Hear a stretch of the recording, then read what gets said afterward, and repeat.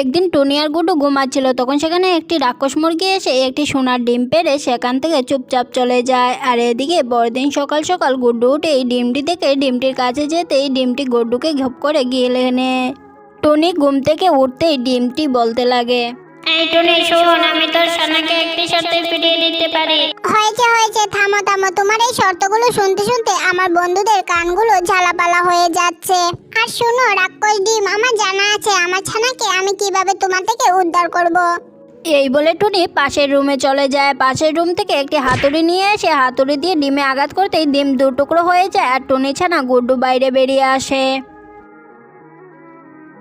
একদিন টুনি আর গুড্ডু জঙ্গলের রাস্তা দিয়ে যাচ্ছিল, তখন তারা একটি নাগমণি দেখতে পায়। নাগমণিটি দেখে টুনি নাগমণি নিয়ে বাসায় চলে যায়।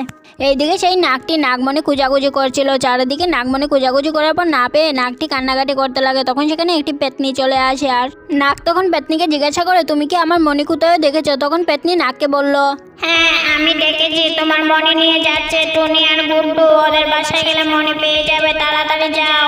ডাইনির কথা শুনে নাগ আর দেরি করলো না। নাগ তাড়াতাড়ি করে টুনির বাসার উদ্দেশ্যে রওনা হয়ে গেল।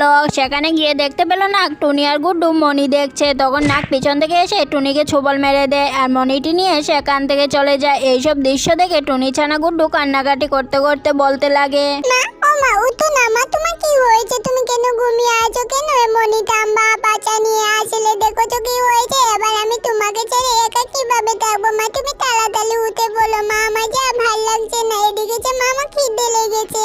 এই বলে গুড্ডু খুব কান্নাকাটি করে, কিন্তু গুড্ডুর মা টুনি সেখানেই মারা গিয়েছিল। ইস, রান্নাটা পুরো শেষ হয়ে গেছে। এদিকে খিদে জ্বালায় পেটে চেউ চেউ করছে। এদিকে কলসিতে এক বিন্দুও জল নেই। আমি বরং তাড়াতাড়ি গিয়ে আগে জলটা নিয়ে আসি। আর টুনির এইসব কথাবার্তা সবকিছু একটি ডাইনি জানলার আড়াল থেকে দেখছিল। টুনি জল আনতে চলে যেতেই ডাইনিটি সেখান থেকে তাড়াতাড়ি টুনির ঘরের ভিতরে প্রবেশ করে আর মাংসটি কপ কপ করে গিলে খেয়ে নেয়। আর টুনি তো বেশ ভালো রান্না জানে, ওর হাতের রান্না তো অনেক স্বাদ।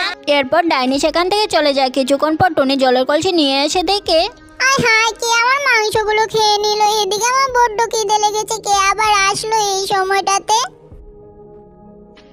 একদিন টুনি আর তার ছাগল বন্ধু জঙ্গলের রাস্তা দিয়ে খাবার খুঁজতে যাচ্ছিল। তখন তারা একটি ডাইনি ছেলের মাথা দেখতে পায়। টুনি চলো আমরা এখান থেকে চলে যাই, এই জায়গাটা আমার ঠিক ভালো মনে হচ্ছে না।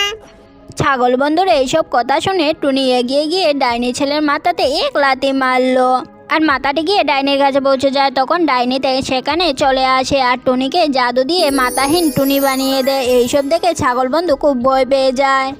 ওরে বাপরে, কে আছো? আমাকে বাঁচাও এই ডাইনির হাত থেকে। এই বলে ছাগল বন্ধু সেখান থেকে পালিয়ে যায়। এবার অন্যরা তোর মাথা দেখতে পেলে লাথি মারবে। একদিন টুনি নদীর ধারে গিয়ে একটি মরা গাছ দেখতে পায়। এই গাছ জল খাবি? এই নে জল খা। তোর কি পিপাসা লেগেছে? এই নে আরো জল খা। ওরে বাপরে, আমি কি দেখছি? জল পেতেই গাছটি থেকে একটি সুন্দর পরিবেশ হয়ে আসে।